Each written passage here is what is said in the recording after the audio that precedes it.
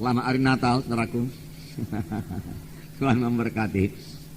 Nah, saudara, kita sambung firman Tuhan pada hari Minggu, di mana kita melihat firman Tuhan mengenai kasih. Kasih adalah sangat penting. Dalam 1 Korintus 13 ayat 13 dikatakan, saya membaca lagi. Demikianlah tinggal ketiga hal ini, yaitu iman dan pengharapan dan kasih. Dan yang paling besar diantaranya ialah kasih. Iman memang penting, saudaraku. Firman Tuhan berkata tanpa iman mustahil. Semua kita harus punya iman. Kemudian pengharapan juga penting. Karena tanpa pengharapan iman kita tidak bekerja. Saudaraku, supaya iman kita bekerja, kita harus memiliki satu pengharapan, memiliki satu objek, memiliki sesuatu yang kita inginkan dari iman tersebut, yang kita harapkan dari iman tersebut. Itulah dia pengharapan. Namun firman Tuhan berkata, yang terbesar adalah kasih. Mengapa yang terbesar adalah kasih? Dalam 1 Korintus 13 ini juga dikatakan, mulai ayat 8 saya bacakan kepada saudara, kasih tidak berkesudahan. Jadi kasih itu sampai ke sorga. Kemudian dikatakan nubuat akan berakhir,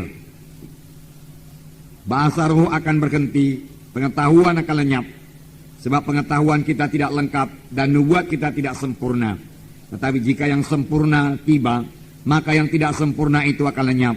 Kasih tidak berkesudahan. Kasih selama-lamanya sampai di sorga. Bahkan firman Tuhan berkata, Allah itu kasih adanya. Patut sekali saudaraku setiap anak Tuhan memiliki kasih.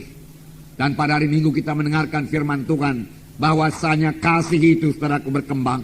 Kasih itu bertumbuh. Sebab kasih adalah buah Roh Kudus. Kita mengetahui satu buah itu saudaraku bisa bertambah besar. Satu buah itu bisa berkembang. Demikian kasih kita saudaraku bisa bertambah, bisa bertumbuh. Dan memang seharusnya demikian bagi setiap anak-anak Tuhan. Kasih itu harus bertambah. Kasih itu harus bertumbuh. Kasih itu kekal selama-lamanya. Dan firman Tuhan berkata nubuat akan berakhir. Di sorga kita tidak perlu bernubuat lagi. Kita sudah bertemu muka dengan Tuhan Yesus. Tidak ada rahasia yang tersembunyi lagi. Kita mengetahui segala perkara. Jadi saudaraku, nubuat tidak perlu di sorga. Apalagi bahasa roh. Bahasa roh juga akan berhenti. Sekaranglah kita perlu berbahasa roh. Bahasa roh meneguhkan iman kita. Bahasa roh kita berkata-kata dengan Tuhan. Tetapi nanti saudaraku kita sudah bertemu dengan Tuhan Yesus, saudaraku. Tidak perlu lagi bahasa roh. Pengetahuan akan lenyap. Kapankah ini jadi? Bila yang sempurna itu tiba. Apakah yang sempurna itu? Tidak lain daripada Tuhan Yesus. Sempurna adanya. Dan dia akan datang kedua kali. Pada saat kedatangannya kedua kali, saudaraku, semua nubuat akan berhenti. Tetapi kasih kekal selama-lamanya. Oleh sebab itu setiap anak-anak Tuhan, saudaraku, harus memiliki kasih ini dalam hatinya. Amin, saudaraku. Bahkan bukan yang memiliki, tapi mempraktekkan kasih Tuhan ini. Kekal selama-lamanya. Tuhan Yesus berkata bahwasanya kasih itu adalah hukum yang terutama. Kasih kepada Tuhan Yesus, kasih kepada Tuhan, hukum yang pertama. Dan hukum yang kedua, kasih pada sesama manusia. Jadi kasih juga, kasih. Nah, saya membacakan kepada saudara Matius 22 ayat 36 sampai 40. Matius 22 ayat 36 sampai 40. Ayat 36, Guru, hukum manakah yang terutama dalam hukum Taurat? Jawab Yesus kepadanya, kasihilah Tuhan Allahmu dengan segenap hatimu, dengan segenap jiwamu, dan dengan segenap akal budimu. Itulah hukum yang terutama dan yang pertama. Dan hukum yang kedua, sama dengan itu ialah, kasihilah samamu manusia seperti dirimu sendiri. Dan pada kedua hukum inilah tergantung seluruh hukum Taurat dan kitab para nabi. Jadi kasihilah Tuhan Allahmu dengan segenap jiwamu, dengan segenap hatimu, dan dengan segenap kuatmu. Dengan segenap hatimu, kasihi Tuhan Allahmu. Dengan segenap jiwamu, kasihi Tuhan Allahmu. Dengan segenap kuatmu, kasihi Tuhan Allahmu. Inilah hukum yang terutama dan hukum yang pertama.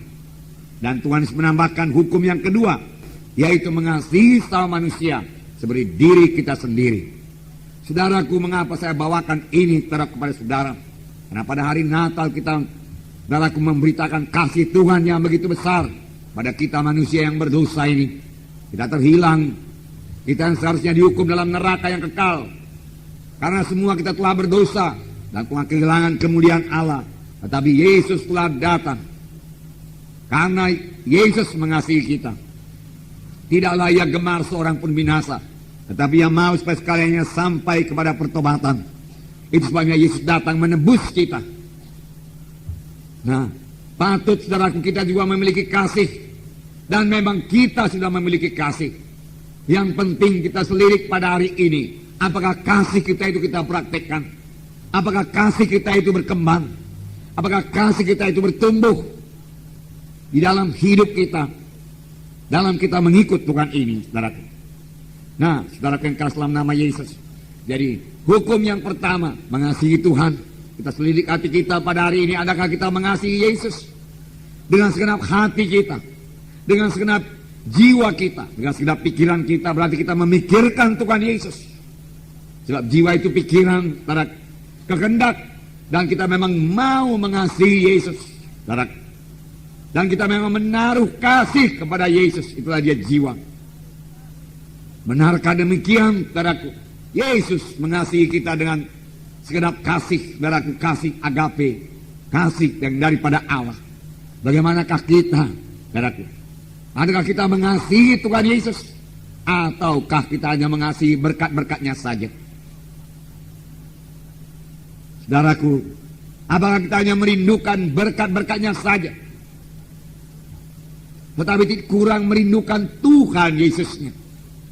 Raja Daud berkata, sebagai rusa rindukan air, demikian jiwaku merindukan Engkau, Tuhan Yesus. Dia rindu Tuhan Yesusnya, bukan berkat-berkatnya. Berkat-berkat yang diberikan Tuhan Yesus, saudaraku, tidak cukup, saudaraku, kepada Daud. Tetapi jiwanya haus akan Tuhan. Jiwanya merindukan Tuhan. Jiwanya rindu bersekutu dengan Tuhan. Jiwanya jatuh cinta kepada Tuhan. Apalagi ruhnya, saudaraku, jatuh cinta kepada Tuhan. Dia mengasihi Tuhan Yesus dengan segenap ruh, jiwa, dan kuatnya atau tubuhnya, saudaraku. Nah, saudaraku, dengan segenap keberadaannya yang mengasihi Yesus, saudaraku.